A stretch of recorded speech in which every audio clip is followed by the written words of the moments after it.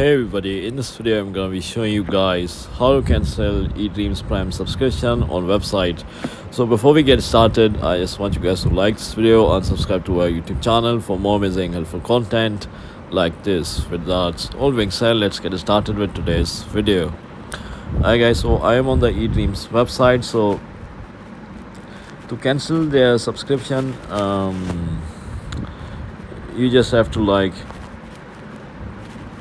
go to their website and then just log in to your account, or you can alternatively you can call them on one of these numbers. So if you are in United Kingdom, you can call them on this number. If you are in United States, you can call them on this number.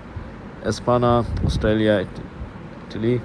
And yeah guys, you just have to call them, or you can just click on call now button and just call them on their number and tell them to cancel your subscription.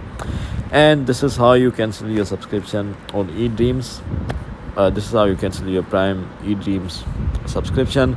Unfortunately, you cannot do it on their website. You're gonna have to call them. So yeah guys, this is how you do it. If you found this video very helpful, then thanks for watching, and I'll see you in the next video very soon. Peace.